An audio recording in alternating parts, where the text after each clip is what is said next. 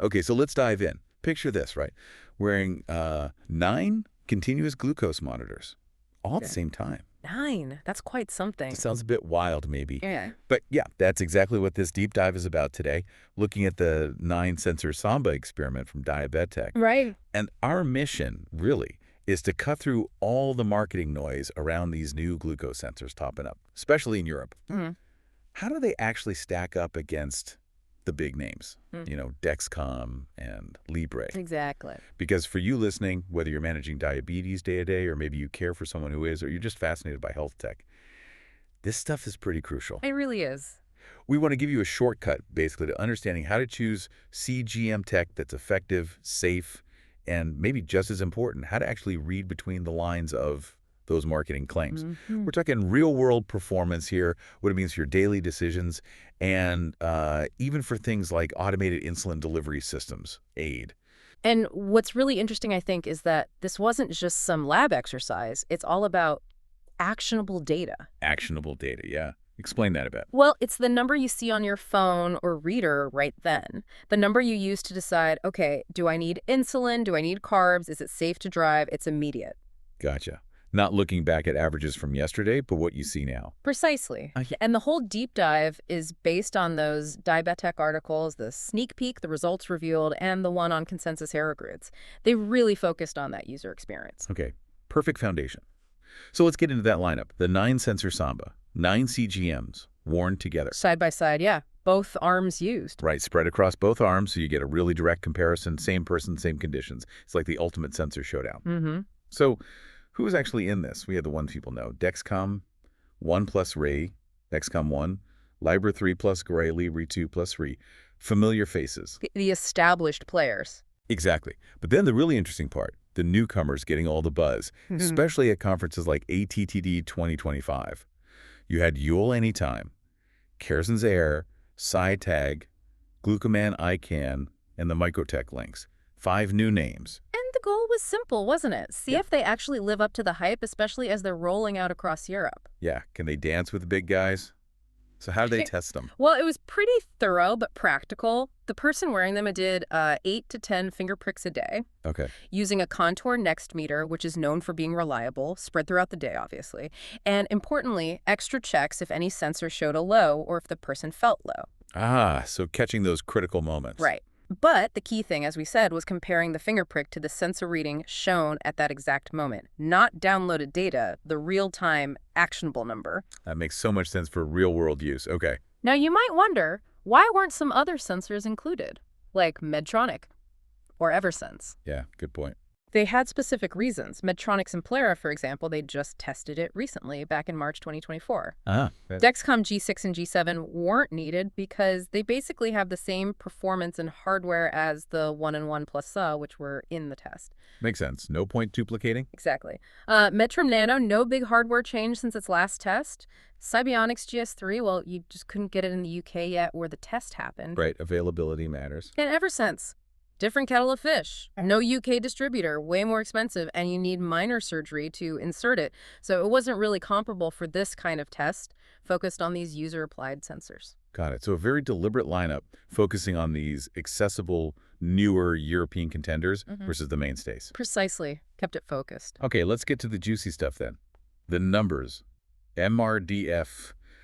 Break that down for us again. Mean absolute relative difference. Sounds complicated. It does, but the concept's fairly simple. It's the average percentage difference between the sensor reading and the true blood glucose from the finger prick. So lower is better. Closer to the real value. Exactly. Lower MARDAF means, on average, the sensor is more accurate. A higher MARDAF means more deviation, more potential error in that reading you're looking at. And the results here? Well, they had some surprises, didn't they? They certainly did. Like the Dexcom one, which is essentially the G6 hardware, right? It didn't do as well as you might think. In this particular test, yeah. Without calibration, it came in around 16% MARDAF, which is, well, it's higher than you'd ideally want and higher than often reported in, say, controlled trials. Right.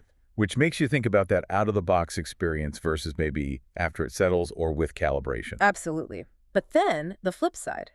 One of the newcomers, SciTag, Yeah. performed really well, right up there with the market leaders in terms of MARDAF. Wow. Okay. And Kerson's Air. Also solid, pretty much in line with the Dexcom G7 One Plus and the Libre 2 Plus Allen. So, two newcomers showing really promising accuracy straight away. That's big news for people looking for alternatives. What about the others? UL, ICANN, Lynx? Those three, along with that Dexcom 1G6 they noted, would have benefited from calibration.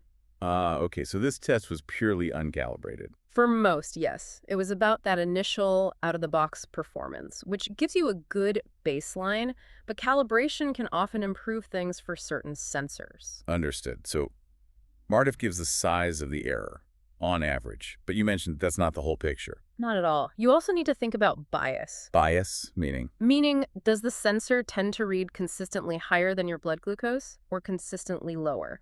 MARDIF tells you how far off it is. Bias tells you which direction it's off. Okay, like always being 10 points too high or always 5 points too low? Exactly. And in this dataset, they saw some typical patterns. Libres tended to have a low bias reading a bit lower than the contour next finger prick. Right. Dexcoms, on the other hand, generally showed a high bias reading a bit higher. Knowing that tendency for your sensor is really important for how you interpret the numbers. Yeah, I can see that. If you know it usually reads high, you might mentally adjust. Mm-hmm. And there was one sensor that really stood out for bias in this test. Oh, which one? The glucomen ICANN. It was described as horribly and consistently positively biased. Horribly.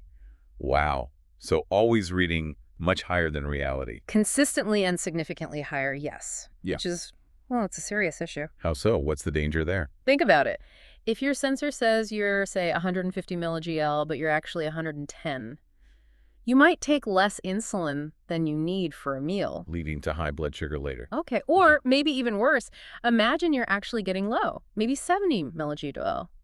If the ICANN is reading, say, 95 because of that positive bias. You wouldn't know you're low. You wouldn't treat it. Exactly. You completely miss the warning. That's a huge safety risk. That kind of bias really underlines why calibration can be so critical, especially if you're thinking about using a sensor with an aid system. Right, because the aid system trusts that number completely. Bad data in, potentially dangerous instructions out. Okay, so accuracy and bias are key. But what about when things really get critical? When glucose levels are dropping low? How did they perform then? That feels like the ultimate test. Absolutely.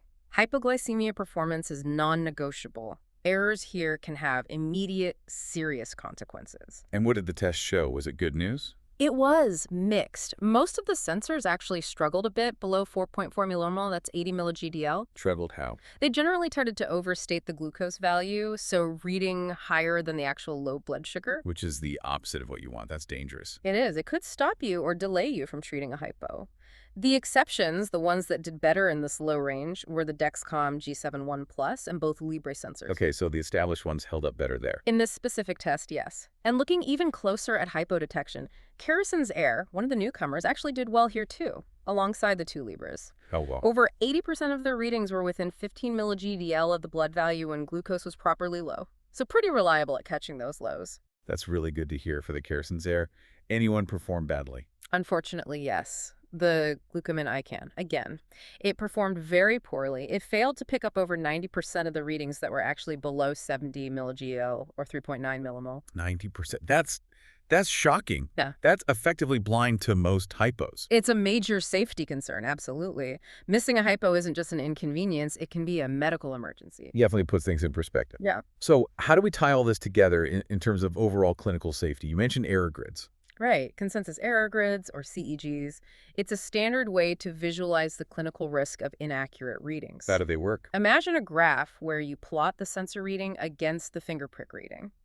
The grid divides this graph into zones, usually labeled A through E. Okay. Zone A is the best. The reading is accurate enough that it won't lead to the wrong treatment decision, basically zero clinical risk. As you move to zone B, C, D, and E, the potential clinical risk gets higher and higher. Zone E means real danger. Gotcha. So you want almost everything in Zone A, maybe a few in B, and definitely nothing in D or E. That's the ideal, yes. And the good news from this particular test, this 9 Sensor Samba, was that overall, none of the sensors were rated as poor from a safety standpoint. Oh, that's reassuring. Across all 9 sensors, thousands of data points, only one single point fell into Zone C, which is medium risk. Everything else was in A or B. Okay, so generally safe, but are there nuances? Were some better than others at hitting that zone A bullseye? Yes, definitely. If you looked at the charts visually, the Dexcom G7 one plus Libre sensors and also the Cyatag. The newcomer again. Yes. They had the most points clustered nicely in Zone A. Really solid performance. What about the others that maybe had higher MARDI4 bias issues like UL, ICANN, links? That's where you see the impact. They had points, sometimes quite a few, that were sitting right on the edge, very close to the border between Zone B and Zone C. And what kind of errors were those? Critically, they were often showing high sensor readings when the actual blood glucose was low. Ah, that dangerous scenario again. Close to being clinically risky because it could mask a low. Exactly. Whereas that single zone C point for the Dexcom G7 plus Polaritzium, it was the opposite error, a low sensor reading when the blood glucose was actually higher. Still an error, but generally considered less immediately dangerous than missing a low. Right. Less likely to lead to, say, over-treating with insulin based on that one reading. Okay, that visual grid really helps understand the type of errors. It does. It adds crucial context beyond just the average CHA or F number. Okay, stats, grids, they're super important. But let's bring it back to daily life. Time in range, or TIR. That's what lots of people and their doctors look at now. How did these sensor differences play out there? Yeah, TIR is huge. It's meant to give you that bigger picture of your glucose control. But as this test highlighted, sensor bias can really mess with that picture. How so? Well, imagine using the microtech links. In this test, it tended to read lower than the reference. So your TIR chart might show having lots of lows, maybe more time below range than you actually experienced. And you or your doctor might react to that, maybe reduce insulin based on false data. Potentially, yes. You'd be chasing ghosts in the data. And the opposite with the ICANN. Let me guess. It showed less time low than reality. Exactly. Because of its high bias, it could make your TIR look fantastic, hardly any lows, really good control, while actually masking genuine hypos that you needed to know about. Wow, that's actually quite scary. Your main tool for tracking progress could be actively misleading you. It highlights how crucial it is to understand your specific sensor's tendencies, not just rely on the summary chart. We also saw just briefly some connection issues. Yeah, they mentioned coverage issues, like the signal dropping out. Right. Observed sometimes with the UL Anytime and the Libre 2 Plus done, the connection to the phone wasn't always stable. Sometimes it had to reconnect and sort of backfill the data. Which isn't great if you need a reading right now. No, real-time data needs to be, well, real-time. Now, the big question everyone asks, cost. Do you get what you pay for? Did the expensive ones always do better? What did the test suggest? Interestingly, not really a strong link. There wasn't a clear correlation between price and, say, the percentage of readings in that safe zone A. So paying more doesn't guarantee top accuracy. Not necessarily, and the prime example was the Cyatag. The cheap one that did well. Exactly. It was the cheapest of the newcomers, but it had a good low MARDIF and performed really well on the error grid, lots of points in zone A.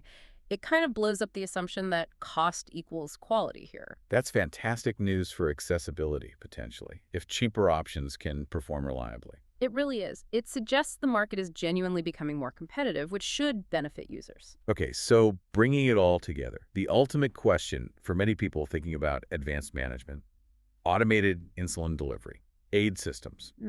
Based on this Anyone test, would you trust these newcomers with an aid loop? That's the million-dollar question, isn't it? Because aid systems rely so heavily on accurate, real-time data, and error isn't just a bad reading, it's a potentially wrong insulin dose. So what was the verdict from Diabetech's perspective after this test? Based on this specific experiment, they felt comfortable recommending 2 of the newcomers for use with open-source aid systems. Okay, which ones? The Cyatag and the Kerosin's Air. They showed the kind of reliability and accuracy needed. That's a significant endorsement for them. What about the other 3? UL, ICANN, links. For those, the recommendation was no, not suitable for aid use based on these findings. Why not? Because of those issues, we discussed the significant bias, particularly the ICANN's positive bias, or the poor hypo detection. Those factors could really compromise the safety and effectiveness of an automated system. Right. The system might over or underdeliver insulin based on flawed data. Exactly. It really hammers home that point. MARDIF can sometimes just be a marketing number. A headline figure that sounds good but hides important details. Precisely. Real-world performance, especially under challenging conditions like lows and understanding bias, that's what truly matters for your safety and control. So who came out on top among the newcomers in this test? Overall, the Kerosene Air probably had the best performance profile among the new contenders. But the Sciatag was right there, maybe taking the silver position, especially considering its price. So these new manufacturers, they're genuinely starting to shake things up. It definitely looks that way. They're challenging the established players, pushing innovation, and hopefully driving down costs. But as this whole deep dive shows, you need independent, real-world testing to see who's really delivering. Absolutely. So let's wrap up. What's the big picture takeaway from this whole Nine Sensor Samba? Well, it's clear the CGM world is moving fast, isn't it? Especially in Europe, you've got these new players coming in, offering choices beyond just the familiar name. And some of them are genuinely good alternatives, it seems, not just hype. Some definitely seem to be, yes, delivering solid real-world performance. But the key lesson, the thing I'm really taking away, is that you absolutely cannot rely on just one number, like MARDIV. Couldn't agree more. For you listening, making choices about your health is just too simple. You need the full story. You really do. You need to know about bias. Does it read high or low for you? Yep. You need to know about hypodetection. Can you trust it when you're dropping low? And you need to understand how that affects your actual time and range data. Those three things: MARDIF context, bias, and low performance. Yeah. Don't just accept the headline number. Dig deeper. Ask questions. Demand that information. Indeed. And maybe a final thought to leave people with. Go for it. If even the big established sensors show variation, and we're now seeing newer, maybe more affordable options like Sciatag and Kerosene Air perform really well, even without calibration in this test, what does that really mean for the future? Good question. How does that change how you personalize your diabetes tech? How does it shape the future of aid systems? It really pushes us, I think, to look past the brand names and the marketing gloss. And focus on the actual performance data that matters in the real world. Exactly. Demand independent, thorough testing like this Diabet Tech Dive. It empowers you to make the best choice for your own health based on evidence, not just advertising. A perfect place to end. Look beyond the hype. Demand the real data. Thanks for breaking that all down. My pleasure. Fascinating stuff.